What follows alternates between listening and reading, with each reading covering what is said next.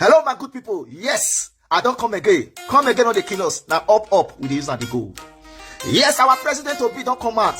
He can't talk everything. When people they talk against him since then, say it happened to him. He can't use the mouth. Talk wetin happen. Say everything jege, all na lie. So, number one, they thought say he do something wrong. Now he made the arrest for London.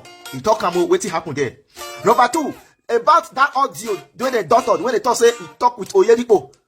He talk about that thing too. Na lie. Number three, when people talk say he go visit Tinubu for Abuja, that picture won't see when they maneuver. He still talk about that one. No. After he don't talk all those things, he can make us to understand. After he don't claim his mandate back, how he will take carry Nigeria forward. He talk everything for there. My people, not be me talking. I go leave una now, make una listen to our president Obi, Peter Obi himself, the way they explain everything. Before I leave una, make the cassette play, make una listen to it like Gary when they push granite and sugar. My people, don't forget to share this video, like it, leave your comment for the comment section so that Facebook will recommend it to other people to see. Don't forget, say we have national anthem on this platform. Naibilaba Broom Laba. Watch it now.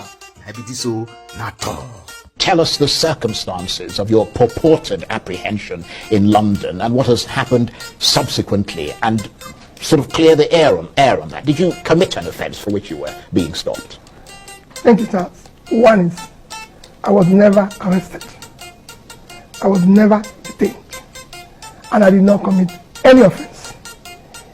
I was stopped for a routine immigration check because there appears to be a duplication of my identity.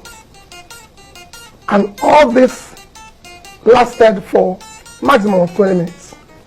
And I was treated in what I do with all due respect. Charles, I lived in the UK in the 90s, say from 1993 until 2005. I remember meeting you in London, actually, in that period. Yes. Charles, not just that I lived there. From that 1993 till now is a period of 30 years. I have never been questioned, arrested, detained in any country in the world. I've never been, for any reason, found myself in any manner being questioned for any offense. I've not committed any offense. So it was a routine immigration check. And it lasted, like I said, less than 20 minutes. And I was actually given all the due respect by the border personality that interviewed me, who told me, your identity is duplicated, be careful. And actually had to walk me through what I can call the VIP process and everything.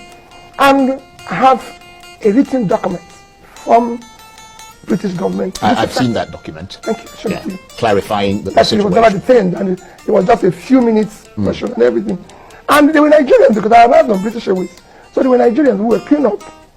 Even Woods here was even worried that I was asked to just wait for a few minutes. And when that happened, I explained it to them, and they said nothing. But in the traumatized and everything, because it's me, people said I was detained, committed an offense. People said even committed several offenses and everything. Oh, his company was closed. He wasn't paying tax for the years I lived in Britain.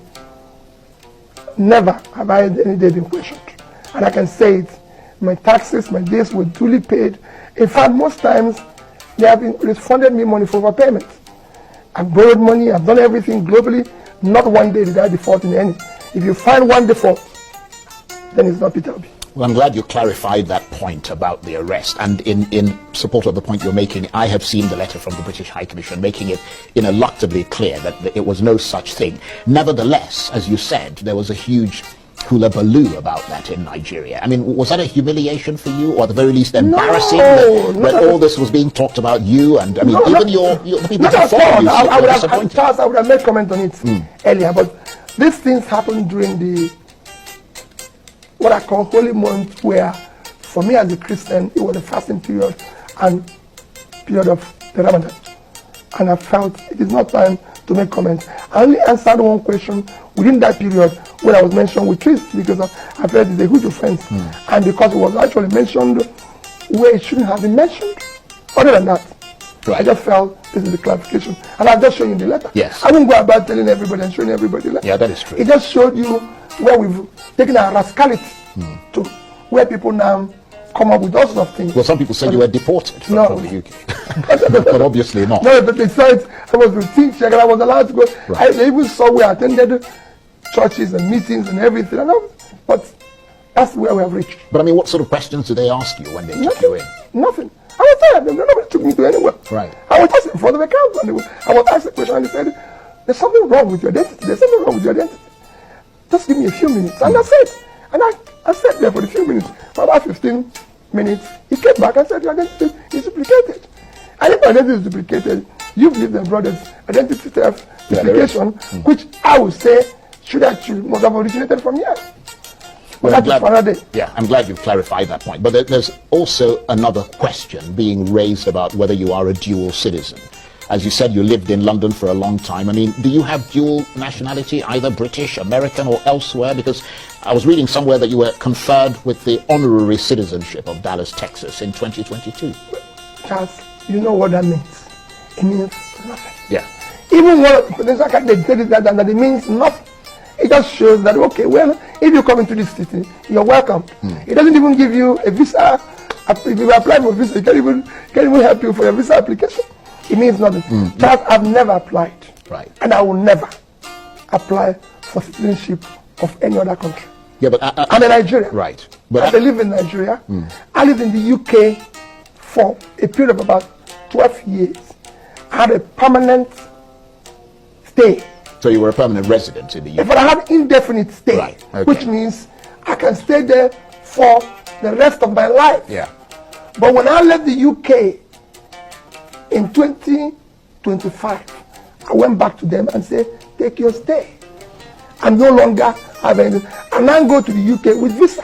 Now let's turn to the President-elect Bola Tinubu, whom, from what I read, you recently visited or were shown on social media to have visited.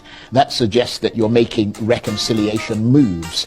What are the reasons for that? And what would you say to your followers, the obedience, who might, in a sense, feel betrayed by that move, if it did in fact happen? That it did not happen. I've never visited him. I didn't. These are all the things I'm telling you. They've turned the whole thing into a joke. So what it is now is, what are we going to do to crush this person? What are we going to do to label him this? If it is not to label him tribal bigots, religious bigots, if it's not sticking, maybe we'll find his family, maybe have a love child somewhere, maybe all sorts of things. Duplicated identity, everything. Because I've been to the UK about 3 times this year, this issue. So it's all about, let's go to Washington and announce to them that is treason, that is involved in this, involved in that. Charles, I did not visit anybody. But let me turn to the internecine crisis that is leaving or tearing your party, the Labour Party, apart, or appears to be doing so, with public fights over the chairmanship, jockeying for position, etc. What's really going on in the Labour Party? There's nothing happening in the Labour Party. I like what you said. There's nothing wrong in Labour Party. It's the same rascality that is going on all over the place. The chairman of Labour Party is Barrister Julius Abure. That I can tell you. But you have to admit that all this wrenching, wrangling and sort of petty fights and quarrels over positions, etc. I mean, which position are they fighting for? Well, I mean, we see it virtually every day. Yeah, because people are paid, people are hirings, being paid to distort funds and everything. For example, Charles, I've never met Mr. Papa. And supposedly, you can say that I'm a meaningful figure in Labour Party. I'm the presidential candidate. So, but I've not met the other party chairman, and he's not looking for me. So, there was a purpose. It's because of the transactional politics we do, where rather than spend our energy and time trying to do the right thing, we spend our energy and time trying to do the wrong thing, paying people to do the wrong thing, paying people to create, because we live out this confusion. In Labour Party, we don't have an issue.